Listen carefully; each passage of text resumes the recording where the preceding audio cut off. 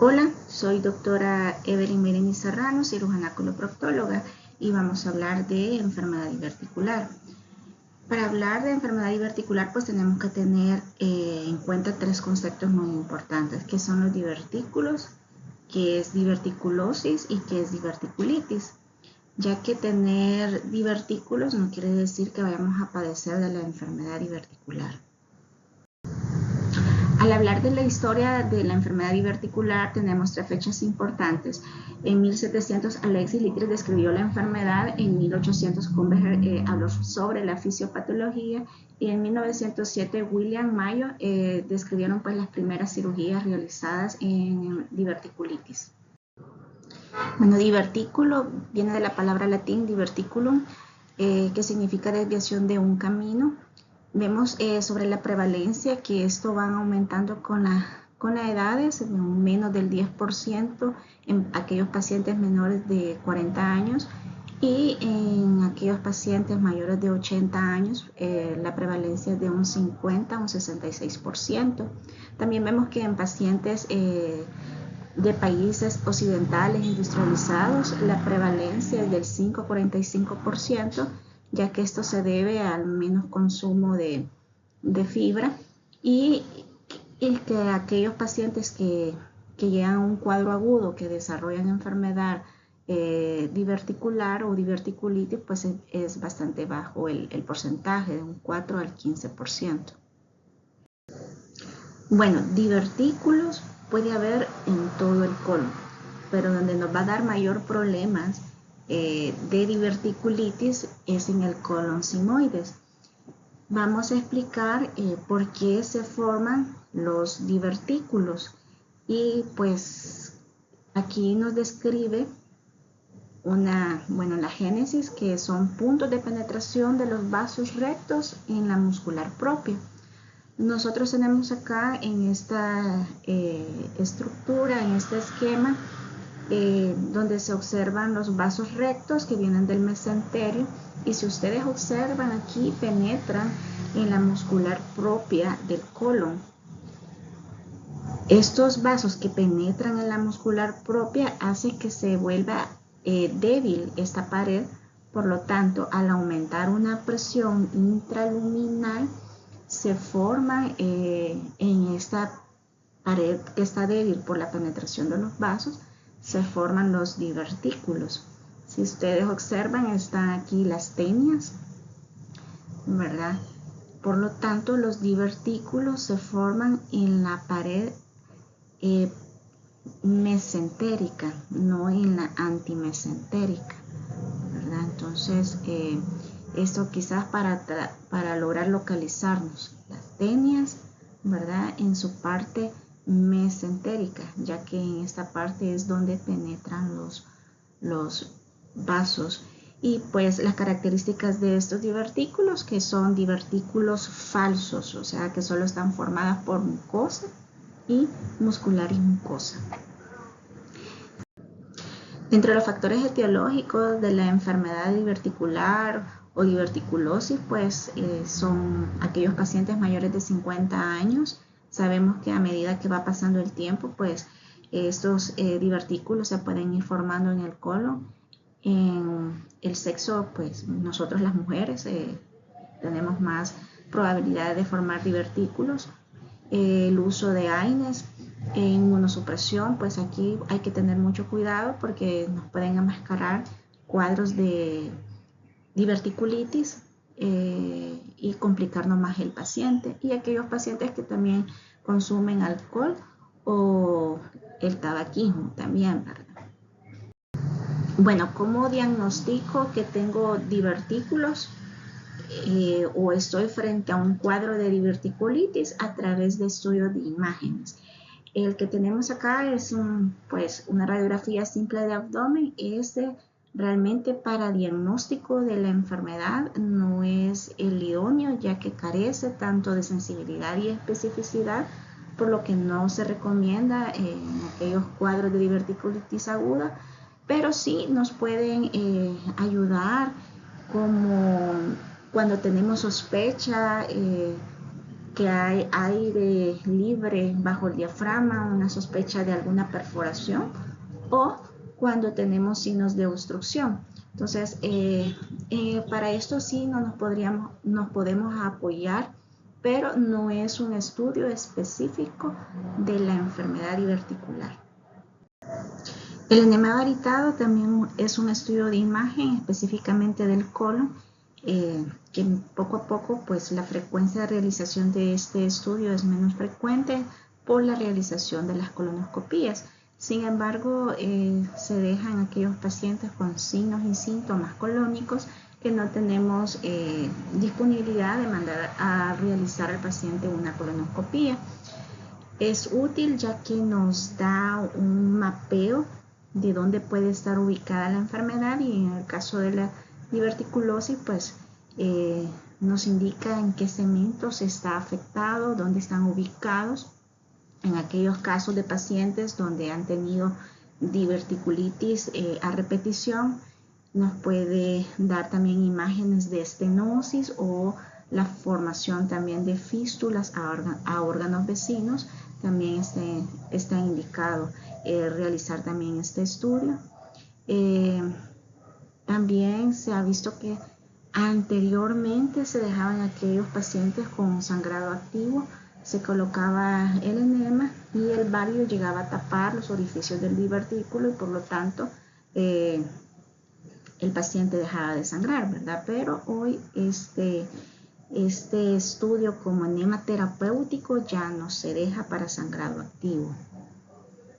Y también pues si estamos frente a una diverticulitis, no dejamos este estudio porque el mejor estudio para establecer cómo estamos con la enfermedad pues es el TAC abdominopélvico. La ultrasonografía pues nos va a ayudar a encontrar solamente engrosamiento de la pared colónica, grasa peridiverticular y pericoica no comprimible, y en aquellos casos de la enfermedad cuando ya está complicada nos puede ayudar a diagnosticar los abscesos para también realizar el drenaje percutáneo. Desventajas de este estudio, que es operador dependiente, la sensibilidad depende de la ubicación de la enfermedad y también pues la constitución del paciente, ¿verdad? Porque no va a ser lo mismo un paciente delgado que un paciente con bastante panículo adiposo.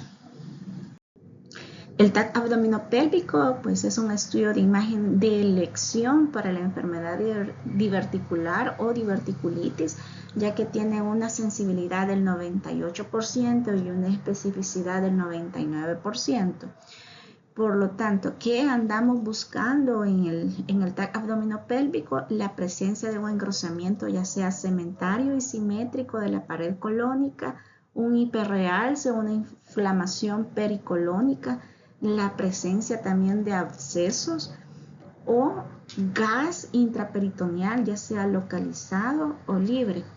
También nos ayuda a visualizar fistolizaciones o evidencia de obstrucción.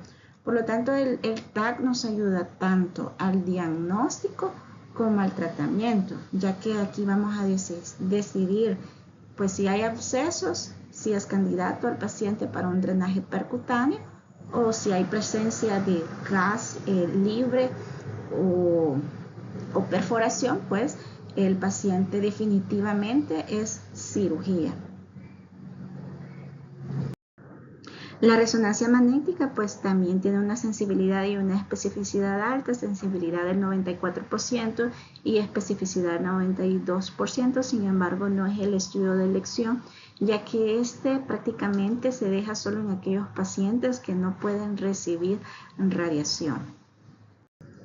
La colonoscopía es un estudio de imagen endoscópico en la cual podemos observar la presencia de divertículos, y esto se debe, como ya habíamos dicho anteriormente, a una debilidad muscular, ¿verdad? Se forman unas estrías circulares, formándonos así un orificio, ¿verdad? Un saco, una depresión, ¿verdad?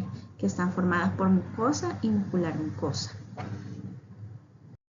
La clasificación DICA es una clasificación endoscópica para enfermedad diverticular. ¿verdad? En aquellos casos de procesos inflamatorios, ya sean actuales como recurrentes, también en aquellos casos de complicaciones por recurrencias de diverticulitis, ¿verdad? Y pues se clasifican en DICA 1, DICA 2 y DICA 3, y es una sumatoria de puntos según lo que nosotros vayamos observando en la colonoscopía. Por ejemplo, DICA 1 es de 1 a 3 puntos, DICA 2 de 4 a 7 puntos y DICA 3 mayor de 7 puntos, y esto se van sumando según la presencia de divertículos del lado izquierdo, divertículos del lado derecho, si son menos de 15 puntos o mayor de 15 puntos, si observamos hiperemia en la pared colónica, si hay estenosis,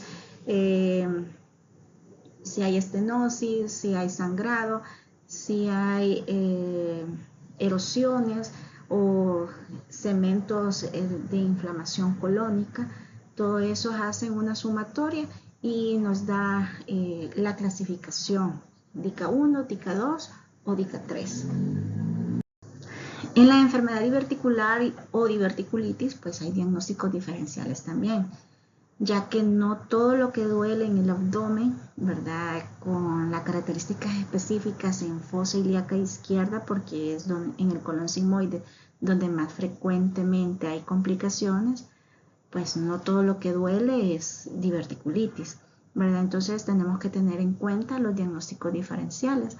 Por ejemplo, el síndrome de colon irritable, que se clasifican en 4, como síndrome de colon irritable con estreñimiento, síndrome de colon irritable con diarrea, síndrome de colon irritable mixto, en la cual puede ser tanto diarrea como estreñimiento, y el síndrome de colon irritable no clasificado, en la cual no hay ningún trastorno en la defecación y lo único que tenemos son dolores, ¿verdad? Acuérdense que en el síndrome de colon irritable pues son dolores abdominales de tipo cólico, a diferencia de la enfermedad diverticular o diverticulitis, que van a ser dolores continuos, presencia de fiebre. Entonces es de tomarlo también en cuenta, y en la que pueden caer pues la mayoría de los pacientes. Acuérdense que es diverticulitis, pues el porcentaje de complicación es bastante bajo. La colitis sementaria pues también es un diagnóstico diferencial de diverticulitis, ¿verdad? Y se caracteriza por una inflamación inespecífica en un segmento del colon. Generalmente también es el colon sigmoide uno de los segmentos más afectados, y está asociado a síntomas de sangrado, diarrea y dolor abdominal. Acuérdese que el dolor en diverticulitis es un dolor continuo que no va a mejorar con medicamentos. En cambio, en la colitis sementaria, pues el dolor es cólico y la mayoría resuelven con tratamiento médico. El carcinoma o tumor de colon también es un diagnóstico diferencial de diverticulitis, y para ello tenemos 2 estudios que nos ayudan a hacer el diagnóstico diferencial. Entre ellos tenemos la colonoscopía, ¿verdad? Esta se realiza de 4 a 6 semanas posterior de un cuadro agudo de diverticulitis que no esté indicada en el periodo agudo por el riesgo de perforación. Entonces esto lo realizamos posteriormente para evaluar complicaciones de la enfermedad diverticular o la presencia de otras patologías, en este caso un tumor de colon. Y el TAC abdominopélvico, pues de lesión, para diferenciar también carcinoma de enfermedad diverticular, y pues este sí se puede realizar en el cuadro agudo, como ya habíamos visto anteriormente. La enfermedad inflamatoria, Crohn o CUSIS, diagnóstico diferencial también de diverticulitis. Estos tienen algunos síntomas compartidos como signos de sangrado transrectal o diarrea. También puede haber dolores abdominales, y también es una de las segundas causas de fistulización hacia la vejiga después de la enfermedad diverticular. Este también puede tener un tratamiento médico, y en caso de complicaciones puede llegar también el paciente a cirugía. Bueno, ya sabiendo cómo se me forma un divertículo, en qué consiste la diverticulosis, la diverticulitis, cuáles son los estudios que me ayudan a llegar al diagnóstico y cuáles son las enfermedades diferenciales de la diverticulitis, pues entramos de lleno a la enfermedad diverticular o diverticulitis aguda. ¿Cómo se define diverticulitis? Como una inflamación de uno o varios divertículos. Esta respuesta inflamatoria se presenta con mayor frecuencia en colon sigmoides y en países desarrollados. Factores de riesgo como obesidad, edad avanzada, el tabaquismo y déficit de la fibra dietética hace que esta enfermedad sea de mayor frecuencia. En la fisiopatología de la diverticulitis, ¿por qué se me inflama un divertículo? Aquí tenemos un esquema de un divertículo donde hay presencia de fecalito y alteración de o aumento de la proliferación bacteriana, sumado con los factores tanto genéticos, dieta estilo de vida. También los medicamentos hacen que hayan alteraciones neuromusculares y también alteración en la microbiota. Estos hacen aumento de las células inflamatorias, aumento de las citoquinas proinflamatorias y contribuye a la translocación bacteriana. Todo esto hace que el divertículo entre en un proceso de inflamación y entremos al cuadro de diverticulitis. La enfermedad diverticular se clasifican en asintomáticas, no complicadas y complicadas. Las asintomáticas son las de mayor frecuencia en un 80%. O sea que aquí solo es presencia de divertículos en el colon y a esto le llamamos diverticulosis. Aquellos que nunca nos han dado síntomas, que nunca nos han dado un cuadro de diverticulitis. Y tenemos las que son sintomáticas, que son el 20% de la frecuencia, que pueden ser no complicadas y complicadas. Dentro de las no complicadas está la diverticulitis aguda y la enfermedad diverticular crónica sintomática, que estas posteriormente pueden debutar como fístulas a órganos adyacentes y estenosis, que al final hace que el paciente caiga en algún tipo de cirugía. Y las complicadas son con la diverticulitis aguda, con abscesos locales, peritonitis purulenta o fecal por perforación, estenosis y hemorragias. Pues así es como se clasifican, y si ustedes ven aquí el 20%, esto es muy importante, son sintomáticos, o sea, no es de tener etiquetado porque tengo divertículos, voy a tener algún tipo de problema, y esto es muy importante explicárselo al paciente. La evaluación inicial pues es muy importante, casi toda la información nos los da el paciente y eso es lo que nos hace sospechar en qué cuadro nos podemos estar enfrentando, ¿verdad? Entonces es muy importante la anamnesis, hacer muy acuciosos en preguntarle cómo es el dolor, inicialmente si fue intermitente, ¿verdad? Este dolor con los pasos de las horas pues se vuelve continuo, de que puede ir de moderada intensidad a fuerte intensidad, de predominio pues en cuadrante inferior izquierdo. Como les digo, siempre va a ir acompañado de fiebre, ¿verdad? Y hay algunas historias pues de dificultad a la defecación. ¿Qué es lo que más nos hace sospechar cuando nosotros decimos esto puede ser una diverticulitis? Pues mandamos examen de laboratorio y tenemos leucocitosis, ¿verdad? Elevación de la PCR mayor de 15 gramos de decilitros y pues la velocidad de la eritrosedimentación va a estar alterada. Esto nos hace más sospechar, entonces procedemos a dejar estudios de gabinete y lo que dejamos es un TAC abdominopélvico y esto es lo que nos va a sellar el diagnóstico. Bueno, ¿y qué andamos buscando en el TAC abdominopélvico? Ya lo habíamos visto en diapositivas anteriores, pero en la diverticulitis aguda pues encontramos engrosamiento de la pared colónica mayor de 4 milímetros, extracción de la grasa y también la formación de abscesos, ya sea paracólicos o pélvicos. Aquí una clasificación por imágenes en el TAC abdominopélvico, en la cual los clasifican en estadio 0, estadio 1A, 1B, 2A, 2B, estadio 3 y estadio 4. En el estadio 0, donde hay presencia de divertículos y lo único que se observa es un engrosamiento de la pared colónica o un aumento de la densidad de la grasa pericolónica. En el estadio 1 pues vemos burbujas de aire pericolónicas. En el estadio 1B abscesos menores de 4 centímetros. En el estadio 2A abscesos mayores de 4 centímetros.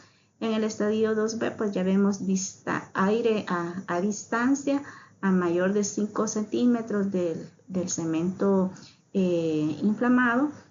En el estadio 3 ya vemos fluidos densos sin aire a distancia. En el estadio 4 hay presencia de fluidos densos con aire a distancia.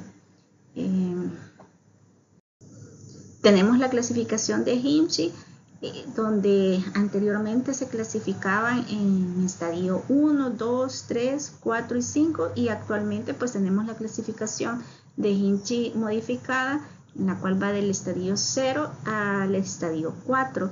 El estadio 0 pues es una diverticulitis clínicamente leve, ¿verdad? En la cual sospechamos que estamos en una diverticulitis que no requiere más que un manejo ambulatorio. Tenemos la diverticulitis Hinchey 1A, donde hay una inflamación pericolónica limitada o flemón. El estadio 2B, abscesos en meso y pericólico. En el estadio 2, abscesos pélvicos, intraabdominales a distancia y retroperitoneales. En el estadio 3, peritonitis purulenta generalizada. Y en el estadio 4, peritonitis generalizada fecal. Esta clasificación pues me ayuda mucho al manejo, en la cual pueden ser manejo médico, ¿verdad? Manejos médicos con antibióticos o drenajes percutáneos, ¿verdad? Y en aquellos en la cual requieren cirugías, ¿verdad? Tanto en la Hinchey 3 como en la Hinchey 4. Aquí tenemos un esquema de la clasificación de Hinchey modificada, donde tenemos el estadio 1, presencia de un absceso pericolónico localizado, en el cual el tratamiento sería antibiótico oral o endovenoso. En el estadio 2 tenemos un absceso de mayor tamaño, que también necesitaríamos un tratamiento con antibióticos endovenosos y el drenaje percutáneo. En el estadio 3 tenemos una perforación, pero que no provoca una peritonitis fecal, pero el tratamiento siempre es quirúrgico. Y en el estadio 4, pues aquí ya tenemos una perforación fecal y el tratamiento es eminentemente quirúrgico también.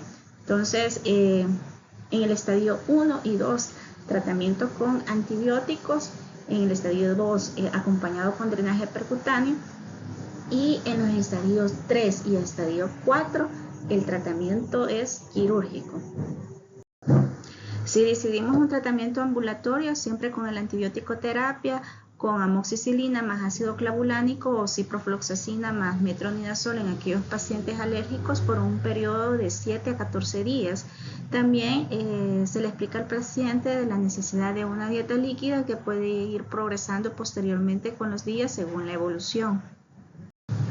También existen criterios de exclusión en la cual no voy a dar tratamiento ambulatorio, sino que tenemos que ingresar al paciente, y estos son pues evidencia radiológica de la enfermedad complicada, aquellos pacientes con inmunosupresión, pacientes que no me toleran la vía oral, pacientes con signos de infección severa, riesgo social y aquellos pacientes con edades extremas, menores de 18 años y mayores de 80 años.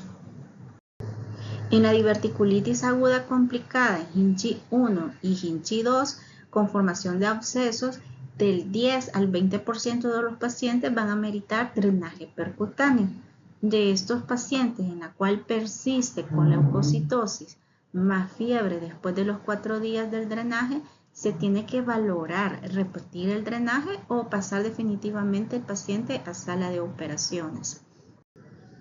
¿Cuál es la ventaja del drenaje percutáneo? Pues proporciona una modalidad no quirúrgica para lograr controlar la fuente de infección con una baja tasa de morbimortalidad.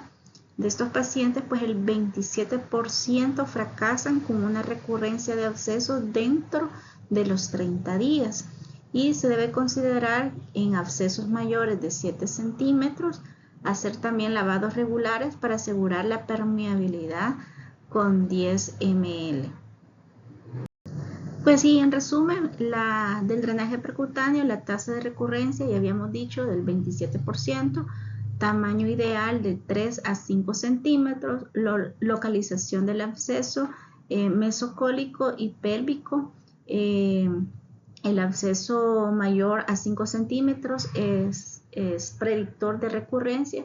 El 32% necesita cirugía electiva posterior al drenaje y la contraindicación relativa para realizar un drenaje percutáneo en pacientes con inmunosupresión e insuficiencia renal aguda. En la diverticulitis aguda complicada en Hinchi 3 y Hinchi 4, donde ya hay una perforación libre, el paciente se manifiesta con síntomas de septicemia, distensión abdominal, neumoperitoneo, rigidez abdominal. El paciente es eminentemente quirúrgico, donde en el estadio 3 se realiza una resección colónica con o sin anastomosis, y en el estadio 4 una laparotomía exploradora para realizar un procedimiento de Harman. Dentro de los principios de la resección quirúrgica colónica en la enfermedad diverticular, pues cuando sea posible deben de realizarse colectomías laparoscópicas, dada la tasa más baja de morbilidad y la estancia hospitalaria es más corta. La extensión de la resección del colon debe ser colon sano proximalmente y recto sano distalmente. Los datos recientes han respaldado las anastomosis primarias con o sin derivación proximal en pacientes que no están hemodinámicamente comprometidos por sepsis, y el lavado laparoscópico ya no se recomienda en casos de peritonitis purulenta o fecaloide. El tratamiento quirúrgico en diverticulitis ha ido evolucionando. En 1907, la propuesta por Mayo realizaban drenajes de abscesos y colostomías con o sin resección posterior. Rakin y Brown realizaban las cirugías en 3 etapas, donde realizaban primero lavados y drenajes, posteriormente una resección y colostomía, y al final realizaban el cierre de la colostomía. En 1921, Henry Harman describió en 2 etapas el procedimiento quirúrgico, en donde ya no se realizaban lavados, pero sí la resección de la colostomía y posteriormente el cierre de la colostomía. Estos son los procedimientos que estamos realizando actualmente. El procedimiento de Harman, aquellos pacientes Hinchi 3, Hinchi 4, en la cual no se puede realizar una anastomosis, ya sea porque están hemodinámicamente inestables, que necesitan aminas, que haya una infección severa, más que todo fecaloide, con albúminas bajas, los rangos de edades extremas, más que todo en pacientes mayores de 80 años. Mejor realizamos un procedimiento de Harman, y en aquellos pacientes en los cuales están hemodinámicamente estables, que no están dependiendo de aminas, que no haya una infección severa, podríamos realizar una sigmoidectomía más anastomosis colorectal, independientemente que sea Hinchi 3 o Hinchi 4. Lo que tenemos que observar es que nuestro extremo proximal, que es el colon, y nuestro extremo distal, que es el recto, tengan segmentos sanos, y por supuesto porque no haya una infección severa, ¿verdad? ¿En qué pacientes voy a indicar entonces una cirugía de emergencia? En pacientes que no responden al tratamiento médico, en diverticulitis Hinchi 3 con inestabilidad hemodinámica o diverticulitis Hinchi 4.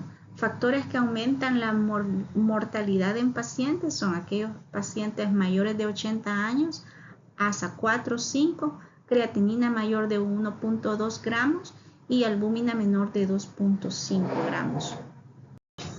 Aquí un esquema de un resumen pues, de todo lo que hemos estado hablando de diverticulitis complicada en aquellos pacientes con abscesos menores de 3 a 4 centímetros.